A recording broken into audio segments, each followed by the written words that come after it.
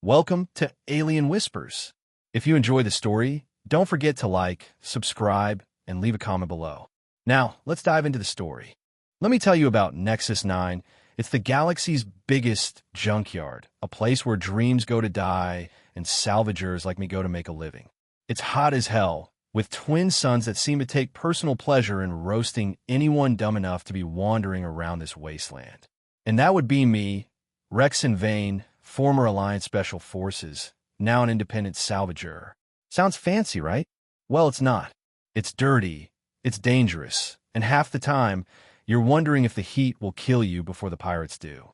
Today was no exception. My armor felt like a portable oven as I trudged through the sprawling field of derelict spacecraft. Goddamn heat, I muttered, kicking aside a piece of twisted metal that probably used to be part of a ship's engine. This better be worth it. My scanner beeped softly, indicating a power signature nearby. Jackpot, I whispered, adjusting my course toward the signal. As I got closer, I saw it, a relatively intact cruiser, its hull breached, but its internal systems possibly still functional. But then I noticed something odd. Footprints in the dust, recently disturbed debris, a makeshift path leading into the ship's exposed interior. Someone's been here recently, I thought, my hand instinctively moving to my pulse pistol. Hello, I called out, my voice echoing through the twisted metal. Anyone home? Silence answered me, broken only by the distant howl of the desert wind. I shrugged and continued forward, ducking under a fallen support beam to enter the cargo hold. It was dark inside, but my armor's built-in lights activated automatically, casting a beam ahead of me. Suddenly, a noise, a scrape of metal against metal, froze me in my tracks. I spun around, hand on my weapon. I know you're there, I said calmly. Come out. I'm not looking for trouble. For a moment, nothing happened. Then, from behind a stack of crates, a slender figure emerged. I blinked in surprise. It was a girl, humanoid, but definitely not human. Her skin was a delicate shade of purple, almost lavender in the dim light, and her long silvery hair hung in tangled strands around her thin face. She wore a tattered beige dress that had seen better days, and her feet were bare and covered in dust. But what struck me most were her eyes, large, almond-shaped, and filled with absolute terror. Don't come near me, she cried, her voice trembling. I know what you do to those like me. I immediately holster my pistol and raise my hands, palms out. Whoa, easy there. I'm not here to hurt you. Liar, she shouted, backing away until she was pressed against the wall. All humans say that. Then they take us and sell us. Kid, I said gently, I don't know what humans you've met, but I'm not in the slave trade. I'm just a salvager looking for parts. Her eyes darted around, clearly searching for an escape route, but I stayed still, giving her space. What's your name? I asked after a moment. She hesitated, suspicion written all over her features. Kavira, she finally said. I'm Rexon, I replied, slowly crouching down to make myself less threatening. Rexon Vine. How long have you been living in this wreck? Since the traders abandoned me, she admitted reluctantly. Said I was too much trouble. Not worth the feed. Anger flashed through me at the thought of anyone treating another being like that, but I kept my expression neutral. When's the last time you ate? She shrugged, her thin shoulders rising and falling beneath the dirty dress. Found some emergency rations 2 days ago. I reached slowly into my pack and pulled out a nutrition bar. Unwrapping it, I broke off a piece and tossed it gently toward her. She snatched it from the air with surprising speed and sniffed it cautiously before taking a small bite. It's not poison, I said with a slight smile. If I wanted to hurt you, I wouldn't waste good food doing it. She devoured the piece, then looked at me expectantly. I tossed her the rest of the bar, which disappeared just as quickly. As she finished eating, she looked up at me, and for a moment, our eyes met. There was something there, trust, perhaps, or just relief, but it was fleeting, replaced by her usual wariness. Listen, I said, I've got a ship not far from here. Clean water, food, medical supplies if you need them. You're welcome to come with me, get cleaned up, have a proper meal. Why would you help me? Kavira asked, suspicion still evident in her voice. Because leaving a kid alone in this hellhole isn't something I can do, I replied. Call it a character flaw. I'm not a kid, she protested weakly. Sure you're not, I said with a gentle smile. I stood up slowly and extended my hand toward her. What do you say? It's just an offer of help. No strings attached. You can leave whenever you want. She stared at my outstretched hand for a long moment, conflict clear in her expression. Finally, hunger and desperation won out over fear. She took a hesitant step forward, then another, until she was close enough to place her small purple hand in mine. Her hand was warm and surprisingly soft in my rough, callous grip. For a moment, our eyes met again, and I felt something stir inside me, something I quickly pushed aside. She was just a kid, right? If you try anything, she warned, her voice stronger now, I'll stab you in your sleep. I couldn't help but laugh. Fair enough, kid. Fair enough. And with that, we started the walk back to my ship, the Nomad. I'm trudging through the dust of Nexus 9 with this alien kid, Kavira, tagging along behind me like she's half expecting me to sprout fangs and eat her. She's got those big purple eyes scanning every shadow, probably thinking I'm some kind of slaver. Can't blame her, really. She's been through the ringer, ditched by whoever was supposed to look after her, left to scrounge in a junkyard. Trust is a luxury she can't afford. Relax, kid, I said, keeping my voice low. The Nomad's just up ahead. You'll be safe there. She didn't say a word, just kept her head down, her bare feet kicking up little puffs of dust. I slowed down, so she wouldn't have to hustle to keep up. She was skinny as a rail, her dress more holes than fabric, but there was a spark in her, something that said she wasn't giving up anytime soon. When we got to the Nomad, she froze, her jaw dropping like she'd just seen a star go supernova. It's big, she whispered, barely loud enough to hear over the low hum of the ship's engines. I chuckled. Yeah, it's home. Wait till you see the inside. I slapped my hand on the scanner by the cargo ramp, and with a loud hiss, it started to lower. Kavira flinched, taking a step back. Just the door, I said, giving her a reassuring nod. Come on. She hesitated, then followed me up the ramp, her steps so light I could barely hear them. The cargo bay was dark, but I hit a panel on the wall, and the lights kicked on at 60%. Nomad, I called, we've got company. The ship's AI piped up, its voice cool and professional. Welcome aboard. I am Nomad's integrated artificial intelligence system. How shall I address you? Kavira jumped like she'd been zapped. It talks, she squeaked, clutching her chest. I laughed. Yeah, Nomad's got a personality. Don't worry, it's harmless. Nomad, meet Kavira. Welcome, Kavira, Nomad said. Your vital signs indicate mild dehydration and nutritional deficiency. Would you like me to prepare refreshments? She shot me a look, half confused, half wary. It's just offering water, I said. Maybe some food. You hungry? She nodded slowly, still staring at the walls like they might sprout arms. Yes, she said. Water will be nice. Preparing now, Nomad replied. I led her through the cargo bay to the living area. Nothing fancy, just a couch, a small galley, and a table bolted to the floor. Kavira's eyes were everywhere, soaking it all in. This is nice, she said, almost like she didn't believe it. Thanks, I said. It's not much, but it's mine. Well, ours for now, I guess. She glanced at me, her eyes narrowing. You're really letting me stay? For now, I said. Can't leave you out there in that junkyard. She didn't argue, just nodded and grabbed the glass of water Nomad had dispensed. She drank it slow, like it was liquid gold, her throat working with every sip. When she was done, she set the glass down and looked at me. Thank you, she said, her voice softer. No problem, I said, feeling a bit awkward. You probably want to clean up. Bathroom's through there. I pointed to a door across the room. Hot water, soap, the works. I'll dig up some clothes for you. She paused, then nodded. Okay. As she headed to the bathroom, I noticed how small she looked, like a stiff breeze could knock her over. But there was a quiet strength in her steps, like she'd faced worse and kept going. At the door, she turned back, and our eyes met. There was gratitude in her gaze, maybe even a flicker of hope.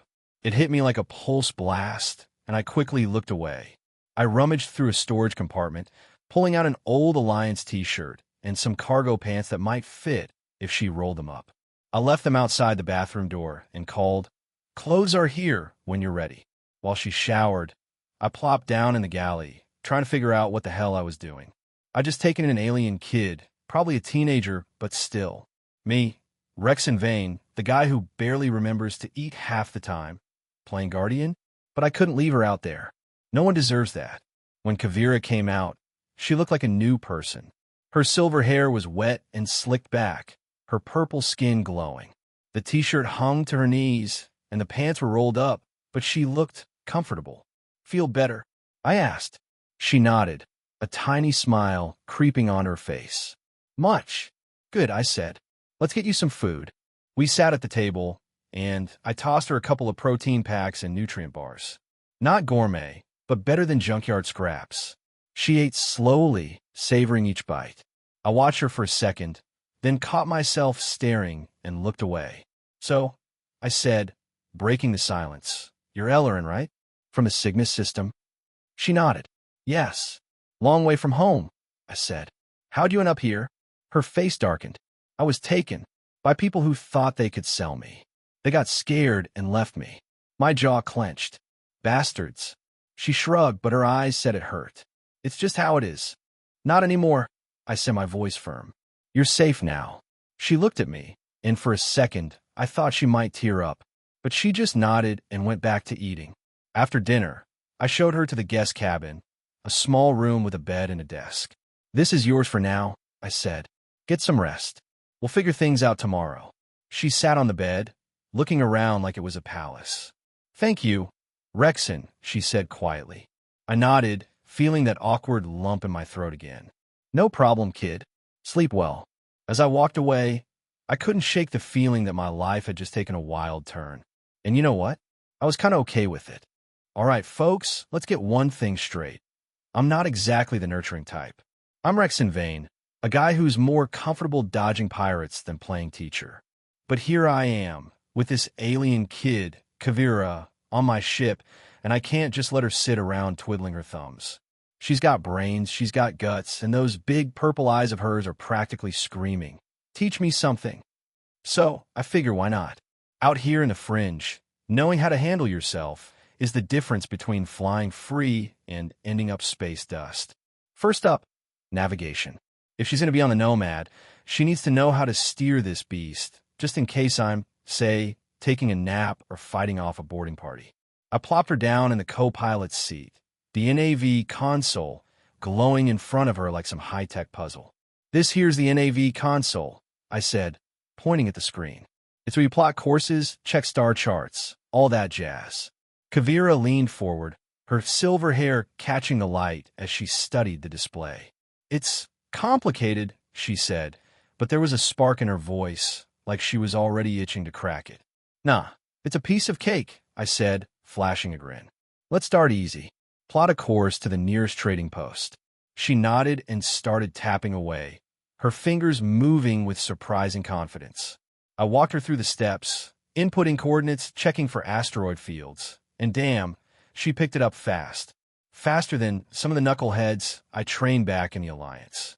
By the end of the session, she was plotting routes like she'd been born in a cockpit. "Not bad, kid," I said, leaning back in my seat. "You keep this up, you'll be flying circles around me." She smiled, a shy little thing that made her look less like a junkyard survivor and more like, well, someone I was starting to like having around. Next, we moved on to mechanics. The Nomad's a tough old girl, but she needs constant TLC to keep her humming. An extra pair of hands would be a godsend, so I took Kavira down to the engine room, where the power core's steady hum filled the air like a heartbeat. "This is the heart of the ship," I said, patting the massive engine. "Treat it right, and it'll keep us flying. Mess it up, and we're floating in the void." Kavira's eyes widened, taking in the tangle of pipes and wires. "What do I do?" "Start by learning to check the systems," I said. "Look for anything off, temperature spikes, power drops, weird noises." I showed her how to pull up the diagnostic panels and read the data streams. She soaked it up like a sponge, asking sharp questions when something wasn't clear. She even caught a minor coolant leak I'd missed, pointing at the screen with a triumphant grin. "Is that supposed to be blinking red?" I raised an eyebrow, impressed. Good catch. All right, you're officially on engine duty. But the real test was weapons training. Out here, trouble finds you whether you're looking for it or not, and I wanted her ready. We headed to the cargo bay, where I'd set up some training dummies, old crates with targets painted on them. I handed her a pulse pistol, making sure it was dialed down to low power. Wouldn't want her blasting a hole in my ship. First rule, safety, I said, holding up a finger. Always treat it like it's loaded, even if it's not. She nodded, gripping the pistol with both hands, keeping it pointed at the floor like a pro. Now stance, I said, stepping behind her. Feet shoulder-width apart, 1 foot slightly forward. Like this. I moved closer, my hands gently guiding her shoulders to adjust her position. For a split second, our bodies were close, and I could feel the warmth of her through her shirt. Her breath hitched, just barely, and I caught a faint scent of the soap she'd used that morning. My fingers lingered a moment longer than they should have, and I felt a jolt, like a static charge, but deeper. I stepped back quick, clearing my throat. She was still just a kid, wasn't she? Good, I said, my voice a touch rougher than usual. Now grip. Hold it firm, but not like you're strangling it. I showed her the proper grip, and she copied it perfectly, her hands steady despite the weight of the pistol. All right, aim, I said. Line up the sights with the target. Take your time. She raised the gun, squinting down the sights at the dummy across the bay. Her focus was laser sharp, like she was born to do this. When you're ready, exhale slow and squeeze the trigger. Don't yank it. She took a deep breath, let it out, and fired. The pulse pistol let out a sharp zip, and a wave of energy slammed into the dummy's chest, rocking it back. Nice shot, I said, genuinely floored. That's a pulse pistol for you. Shoots energy waves, knocks out enemies without punching holes in the hull. She lowered the gun, a grin spreading across her face. Really? Hell yeah, I said, chuckling. You've got a knack for this. We kept at it for an hour, working on movement, cover, and different firing angles. She was a natural, hitting targets with precision that made me a little jealous. At one point, I showed her how to reload fast, guiding her hands to snap the energy cell into place. Our fingers brushed, and she looked up at me, her eyes locking with mine. There was something there, a spark, maybe trust, maybe something else, but I pulled back, focusing on the dummy. All right, that's enough for today, I said, holstering my pistol. You did good, kid. Thanks, Rexon, she said, her voice soft but warm. I nodded, feeling that awkward lump in my throat again. Let's grab some lunch. As we headed to the galley, I couldn't stop thinking about how far she'd come. From a scared kid in a junkyard to someone who could navigate, fix engines, and shoot like a pro. And yeah, maybe there was something more brewing between us, but for now I was just glad she was here, holding her own and making the Nomad feel a little less lonely.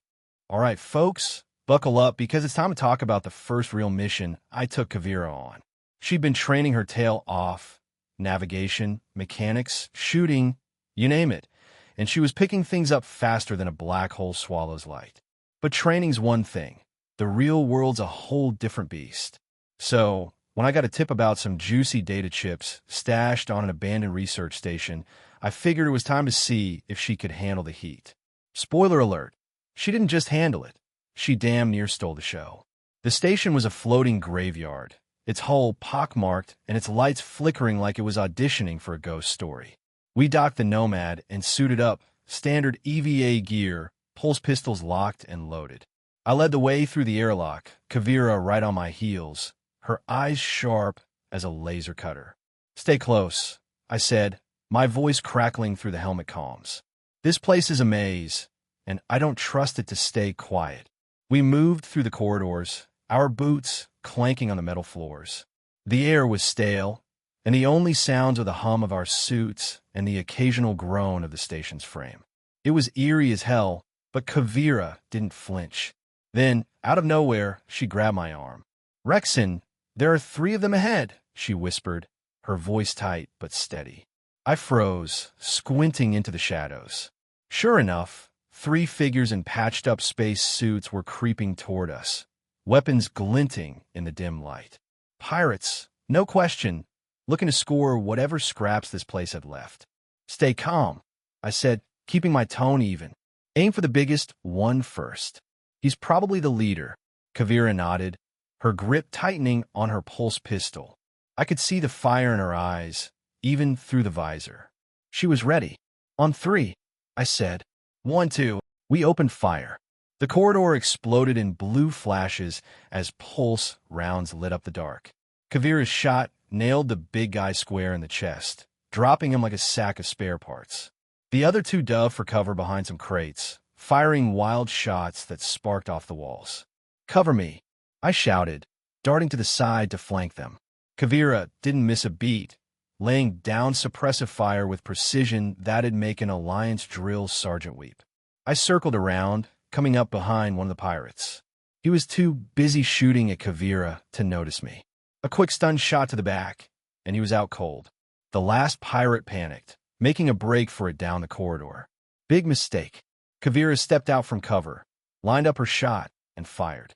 The pulse round caught him in the leg, sending him sprawling with a yelp. His gun skittered across the floor, and I was on him in seconds, zip-tying his hands. Nice shooting, I said, walking back to her. She lowered her pistol, a small smile breaking through her focus. I told you I could do it. I chuckled, clapping her on the shoulder. Yeah, you did. Let's grab that data and get the hell out of here before their buddies show up. We found the data chips in the station's mainframe, exactly where my contacts said they'd be. The haul was worth a small fortune, schematics for some fancy tech I didn't even understand. As we headed back to the Nomad, I couldn't shake the pride swelling in my chest. Kavira had been flawless out there. No hesitation, no fear. Just skill and guts. Back on the ship, I tossed her a bottle of water. You did good today, kid. She caught it, her eyes locking with mine. Thanks, Rexon. I couldn't have done it without you. I wave her off, grinning. Nah, you're a quick learner. You'll be teaching me soon. She laughed, and, for a moment, everything felt right. We were a team, and damn, it felt good. But little did I know, things were about to get a whole lot more complicated. After that mission, the Nomad felt different, like it wasn't just my ship anymore, but ours. Kavira had gone from a scared kid in a junkyard to a badass crewmate. And I'd be lying if I said I didn't notice how much she'd grown. Not just in skill, but in the way she carried herself, the way her silver hair caught the light, the way her laugh made the ship feel less empty.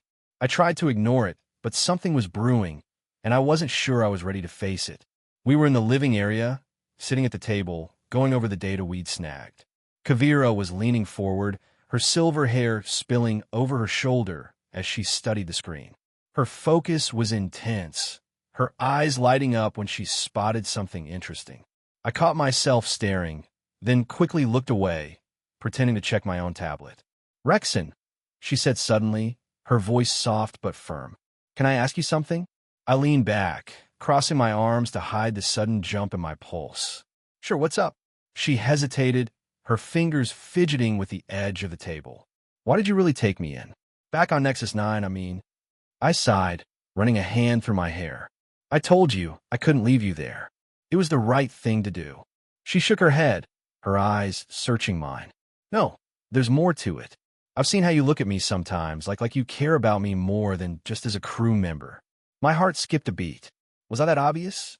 Kavira, I love you, Rexon, she said, her voice steady despite the vulnerability in her eyes. I've loved you for a while now. I know it's complicated, but I can't help how I feel. I stared at her, my brain short-circuiting. This wasn't what I expected.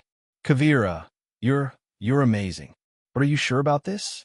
I'm older. I'm human. You're Aerilian. She cut me off, standing up and walking around the table to stand in front of me. Age doesn't matter. Species doesn't matter. What matters is how we feel about each other. And I know you feel it too. I looked into her eyes, seeing the truth there. The same truth I'd been dodging for weeks. Slowly, I stood up, closing the distance between us. You're right, I whispered. I do feel it. Before I could say another word, she leaned in and kissed me. It was soft at first, tentative like she was testing the waters. But then it deepened, turning hungry and passionate. I pulled her closer, my hands settling on her waist, feeling the warmth of her body against mine. Her arms wrapped around my neck, her fingers tangling in my hair, and for a moment, the universe was just us. When we finally broke apart, we were both breathless, our foreheads resting together. Her eyes were shining, a mix of joy and mischief. "So, what now?" she asked, her voice low and teasing. I smiled, brushing a strand of hair from her face. "I think we should take this to my quarters," I said, my voice rough with emotion. She nodded, a soft laugh escaping her lips. Hand in hand, we headed down the corridor, the door to my cabin sliding shut behind us. Whatever came next, we were ready to face it together, closer than ever. I'm elbow deep in the Nomad's engine room, wrestling with a finicky power conduit that's been acting up for days.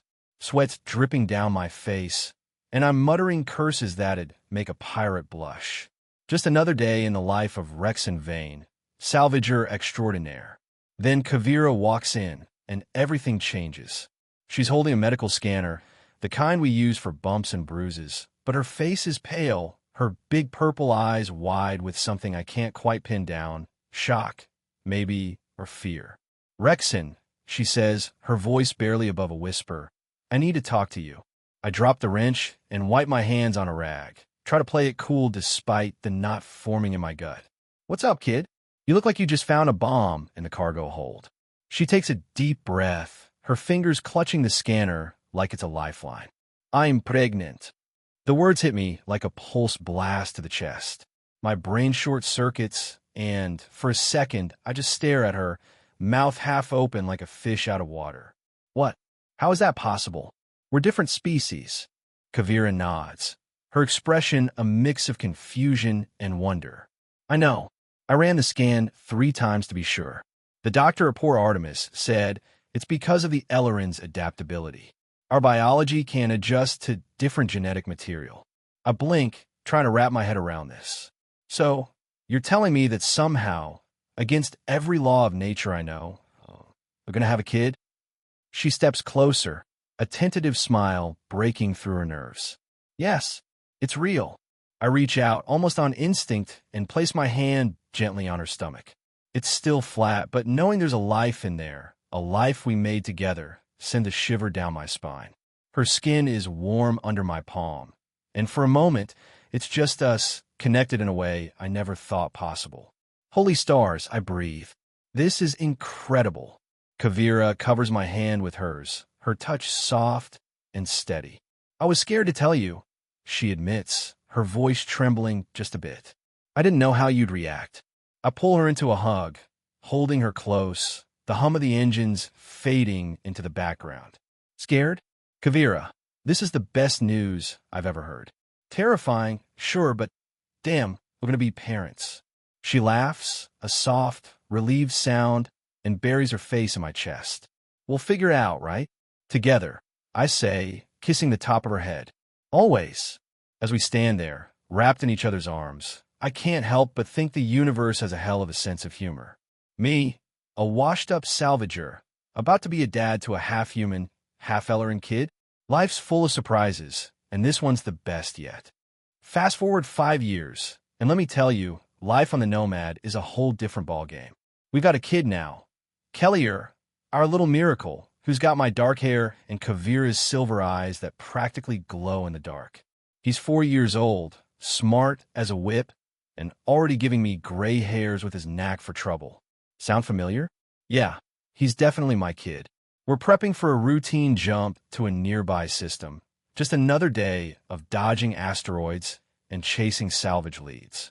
I'm at the helm, checking the NAV console, when Kellier comes barreling onto the bridge, his tiny boots clomping on the metal floor. "Daddy, can I fly the ship today?" he asks, bouncing on his toes like he's got springs in his legs. I chuckle, leaning down to ruffle his hair. "Not yet, little star. You're still too young to take the controls." "But I'm learning fast," he protests, puffing out his chest. "I know all the buttons." Kavira, who's running diagnostics at the co-pilot station, glances over with a grin. "He's right, you know. He's already memorizing star charts. Yesterday, he corrected my course calculation." I raise an eyebrow, half impressed, half terrified. "Is that so? Well, maybe next year, kiddo, when you're tall enough to reach the pedals." Kellier sighs dramatically. but his eyes are sparkling with excitement. Okay, but I'm going to be the best pilot ever. No doubt about it, I say, grinning. Now go strap in. We're about to jump. He scampers off to his seat, giggling as he goes, and I can't help but feel a swell of pride. This kid's got the heart of a salvager and the brains of his mom, and he's already itching to take on the galaxy. As the Nomad's engines roar to life, Kavira slides into the seat next to me, her hand brushing mine on the console. He's growing up so fast, she says, her voice soft but warm. Yeah, I agree, watching the stars blur through the viewport as we jump. Kellier's only 4 and already wants to fly the ship. I'm going to have to lock the controls soon. She laughs, leaning her head against my shoulder. He gets it from you, always chasing the next adventure. I slip an arm around her, pulling her close. And from you, he's got your spark, your brains. We're a hell of a team, aren't we? The best, she says, her silver eyes meeting mine. As the Nomad soars through the void, Kellier's laughter echoing from the back. I realize this is it. My family, my home, my everything. From a lone salvager to a dad with a kid who's going to outfly me one day, life's taken me on one wild ride. And I wouldn't trade it for all the credits in the universe.